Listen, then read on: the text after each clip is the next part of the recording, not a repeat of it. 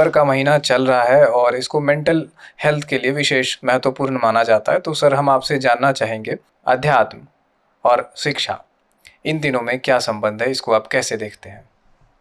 देखिए, विश्व स्वास्थ्य संगठन ने जो स्वास्थ्य की परिभाषा दी है, सभी लोग जानते हैं। क्या है वो? कि शारीरिक रूप से, मानसिक रूप से, सामाजिक रूप से और आध्यात्मिक रूप से अच्छा महसूस करना स्वास्थ्य है। बीमारी का ना होना स्वास्थ्य नहीं है, ये भी लिखा है। अगर आप बीमार नहीं हैं, इसका मतलब ये नहीं है कि आप स्वस्थ हैं। ये WHO कहता है, मैं नहीं कहता हूँ। तो शारीरिक रूप से ठीक होने के लिए क्या होना चाहिए? नींद लेनी चाहिए, अच्छा भोजन करना चाहिए, आहार अच्छा लेना चाहिए, व्यायाम करना चाहिए, प्राणायाम करना चाहिए, आसन करना चाहिए। ये सब करने से आप शारीरिक रूप से स्वस्थ रहेंगे। लेकिन अभी ज़्यादातर बीमारी तो मानसिक है। लोग मन से परेशान हैं, तनाव में है, क्रोध में है। तो शारीरिक रूप से स्वस्थ रहने के लिए क्या होना चाहिए? कि शरीर को विश्राम मिलना चाहिए, यानी शरीर कुछ देर के लिए कुछ ना करे। तो 8 घंटे हम जब सोने जाते हैं, नींद में जाते हैं, तो शरीर को विश्राम मिल जाता है, शरीर कुछ नहीं करता है और शरीर स्वस्थ रहता है। उसी तरह से मानसिक रूप से स्वस्थ रहने के लिए मन को भी विश्राम चाहिए। अब मन करता क्या है? मन विचार करता है। करोड़ों विचार आ रहे हैं, जा रहे हैं, आ रहे हैं, जा रहे हैं, और ज़्यादातर अनर्गल विचार होते हैं। और यहाँ तक कि एक इंस्टेंट में 3 विचार आते हैं। जैसे आप मेरा भी इंटरव्यू ले रहे हैं, तो एक तो आप इंटरव्यू ले रहे हैं, आप एक ध्यान आपका इधर है। दूसरा विचार चल रहा है कि 3 बजे मेरा कहीं असाइनमेंट है, लेट ना हो जाए। और तीसरा विचार ये भी चल रहा होगा कि सर तो अच्छा बोलते हैं, पहली बार मैंने सुना है। तो ये 3 विचार साइमल्टेनियसली चलता है। तो करोड़ों विचार आ रहे हैं, जा रहे हैं, विचारों की भीड़ लगी हुई है। अब मन को तो विश्राम मिल ही नहीं रहा है, तो मन कैसे शांत होगा, मन कैसे स्वस्थ होगा? तो मन कुछ ना करे, कुछ देर के लिए कुछ ना करे। क्या करता है? मन विचार करता है, यानी विचार ना करे। तो मन विचार ना करे, इसी को ध्यान कहते हैं। ध्यान क्या है? विचार शून्य अवस्था का नाम ध्यान है। निर्विचार जागरूक अवस्था का नाम ध्यान है। तो ध्यान से मन को विश्राम मिलेगा और मन शांत होगा और मन स्वस्थ होगा। इसलिए ध्यान करना जरूरी है। इसलिए जीवन में ध्यान करें और जीवन का सम्मान करें। तो ध्यान ना ही सिर्फ स्टूडेंट को, हर व्यक्ति को ध्यान करने की जरूरत है कि मन को विश्राम होना चाहिए। ठीक है ना? तो शारीरिक रूप से स्वस्थ होना, मानसिक रूप से स्वस्थ होना जरूरी है। अब है कि आप सामाजिक रूप से स्वस्थ हैं कि नहीं। आप जो घर में रहते हैं, आपके बीच जो 3-4 फैमिली मेंबर्स हैं, पत्नी पति में आजकल देख लीजिए, रोज़ तलाक और रोज़ हत्या, भाई भाई का गला काट रहा है। मैंने एक कविता इस पर लिखा था कि कुछ कहना है, अपनों के बीच खड़ी दीवारों से कुछ कहना है। अपनों के बीच दीवार खड़ी है तो आपके रिश्ते खराब हो रहे हैं। रिश्ते कैसे संबंध हो, सही हो, राइट रिलेशनशिप के, गौतम बुद्ध तो इसके बारे में बोल रहे हैं। ये भी अष्टांगिक मार्ग में है। तो हम बताते हैं कि हमारे संबंध कैसे अच्छे हों, और उसमें सबसे अच्छा जो कार्य है वो ये है कि एक दूसरे को जानना। कहते हैं ना, KYC करते हैं बैंक में, नो योर कस्टमर। तो यहाँ भी है नो योर कस्टमर, कि आप अपने भाई को ही नहीं जानते, आप अपनी पत्नी को ही नहीं जानते, आपके बीच जो मित्र हैं उन्हीं को आप नहीं जानते। मीन्स उनका कैरेक्टरिस्टिक्स आपको पता नहीं है और आपका कैरेक्टरिस्टिक्स उनको नहीं पता है, तो बीच में टकराव हो जाता है। और जब टकराव हो जाता है तो रिश्ते खराब हो जाते हैं। तो सामाजिक रूप से स्वस्थ होने के लिए एक दूसरे को समझना ज़रूरी है, और उसके लिए भी हमारे यहाँ एक विशेष कार्यक्रम है। और फिर आध्यात्मिक रूप से अच्छा महसूस करना कि भीतर आप डूबते हैं कि नहीं, कि सिर्फ बाहर ही रहते हैं। बाहर की दौड़ में आप व्यस्त हैं, विक्षिप्त ही हो जाते हैं, बल्कि जबकि हमें भीतर डूबना है। तो शारीरिक, मानसिक, सामाजिक और आध्यात्मिक रूप से यदि आप सही होंगे तो फिर सब बातें बन जाएगी। बात करें अगर शांति की, वर्ल्ड पीस डे मनाया जाता है, हाल फिलहाल के दिनों में आने वाला है, तो हम आपसे जानना चाहेंगे, spirituality is known as a vehicle of piece.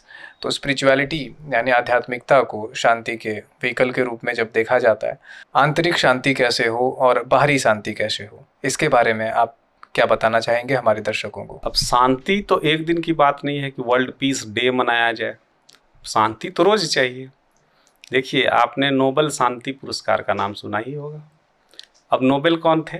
जो हथियार बनाते थे। तो हथियार बनाने वाले अब शांति की बात करते हैं। और अभी क्या हो रहा है कि पिछले 3000 वर्षों में 5000 बड़े बड़े युद्ध हुए हैं, और छोटे छोटे युद्ध की तो बात छोड़ ही दीजिए, और गांव और घर में जो हो रहा है उसकी तो बात ही छोड़ दीजिए।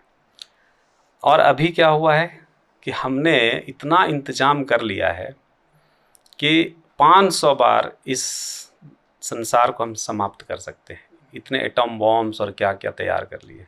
और आप देख ही लीजिए, युद्ध चल रहा है, एक युद्ध चल रहा है और दूसरे की तैयारी हो रही है, और तीसरा भी अपना रूप दिखा रहा है। तो रोज ये युद्ध बड़े बड़े हो रहे हैं, छोटे छोटे की बात ही छोड़ दीजिए।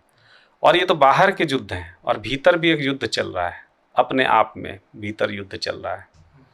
तो शांति तो महा ज़रूरी है, वो तो अभी चाहिए, रोज चाहिए, हर क्षण चाहिए।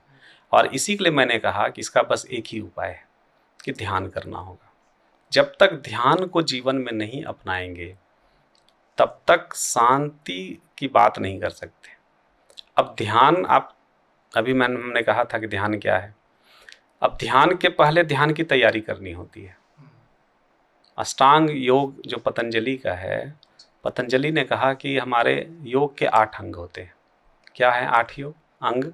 यम, नियम, आसन, प्राणायाम, प्रत्याहार, धारणा, ध्यान और समाधि।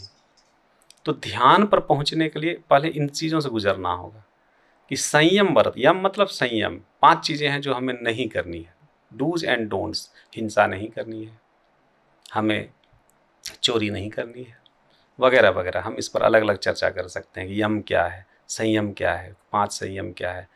और 5 नियम है: स्वस्थता, सरलता, स्वच्छता, सरलता, समर्पण, स्वाध्याय, ईश्वर प्राणिधान। तो इसको जीवन में अपनाना होगा, स्वच्छ रहना होगा, बाहर से भी और भीतर से भी। साबुन से मलमल कर बंदे, धोता रहा तू इस तन को, मन तो तेरा गंदा रह गया, सो धोता रहा तू इस तन को।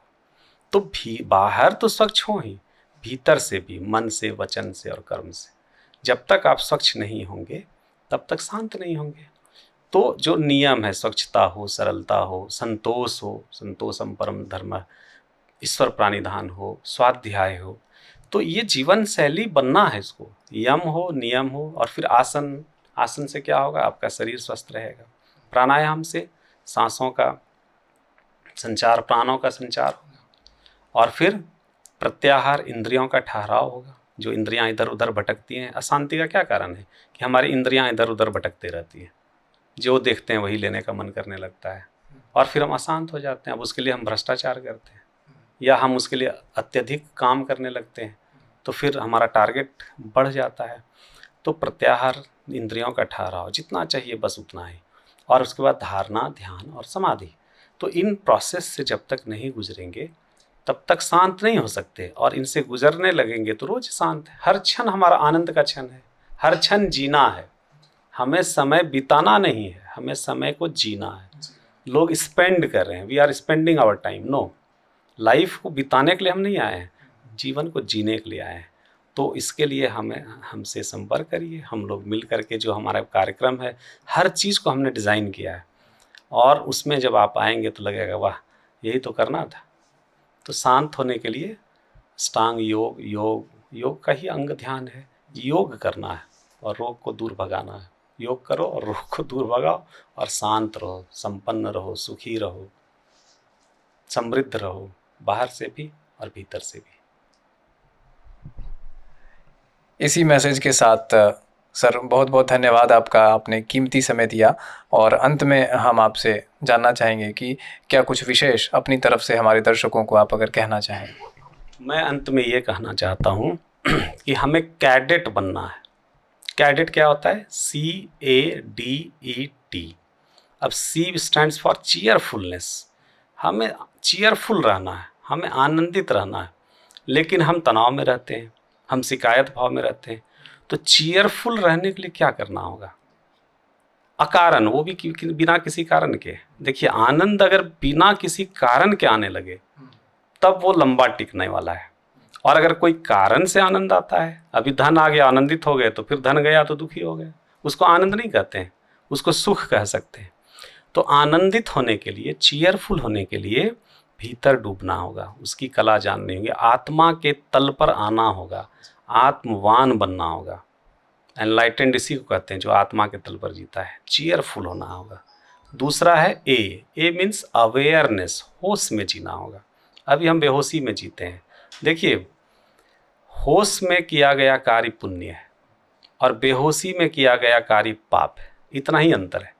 होश में कोई गलत कार्य हो ही नहीं सकता है, जो भी गलत कार्य होता है वो बेहोशी में होता है। इसलिए लोग जब किसी का मर्डर करते हैं तो शराब पीते हैं, मांस खाते हैं, ताकि वो बेहोशी में जाए। होश में तो एक चोर एक संत के पास आया और संत से पूछा कि हमसे तो चोरी छूटती ही नहीं है, क्या करें? तो संत ने कहा कि कोई बात नहीं, और चोरी करो जितना मर्जी हो, कल से खूब चोरी करना, लेकिन एक बात ध्यान रखना, चोरी करते समय ये होश रहे कि तुम कौन हो, किसके पिता हो, किसके पुत्र हो, किस देश का वासी हो, किस गांव का वासी हो। अगर ये होश में तुम चोरी करना तो जाओ करो। 15 दिन के बाद जब चोर आया तो फिर संत ने पूछा कैसा चल रहा है धंधा? तो कहा अब तो चोरी होती ही नहीं है। जब से ये सोचता हूँ मैं किसका पिता हूँ और किसका पुत्र हूँ और किसका पति हूँ और किस देश का निवासी हूँ, तो चोरी नहीं होती है। तो अवेयरनेस में जीना है, होश में जीना है। जितना आप देख रहे हैं सुसाइड हो जाता है, क्यों होता है? बेहोशी में होता है। क्षण भर में क्रोध आया और हम गलत कार्य कर बैठते हैं। तो होश में जीने की कला कैसे आएगी? ध्यान से आएगी। ध्यान 100 तालों की एक ही चाबी है। और डी मीन्स डिजायरलेसनेस, हम डिजर्व करें, डिजायर ना करें। डिजर्व आप करेंगे तो आपकी सारी इच्छाओं की पूर्ति हो जाएंगी, लेकिन हम इच्छाओं की पूर्ति के लिए रहते हैं, डिजर्व नहीं करते हैं। समय कम इसलिए जल्दी मैं करता हूँ।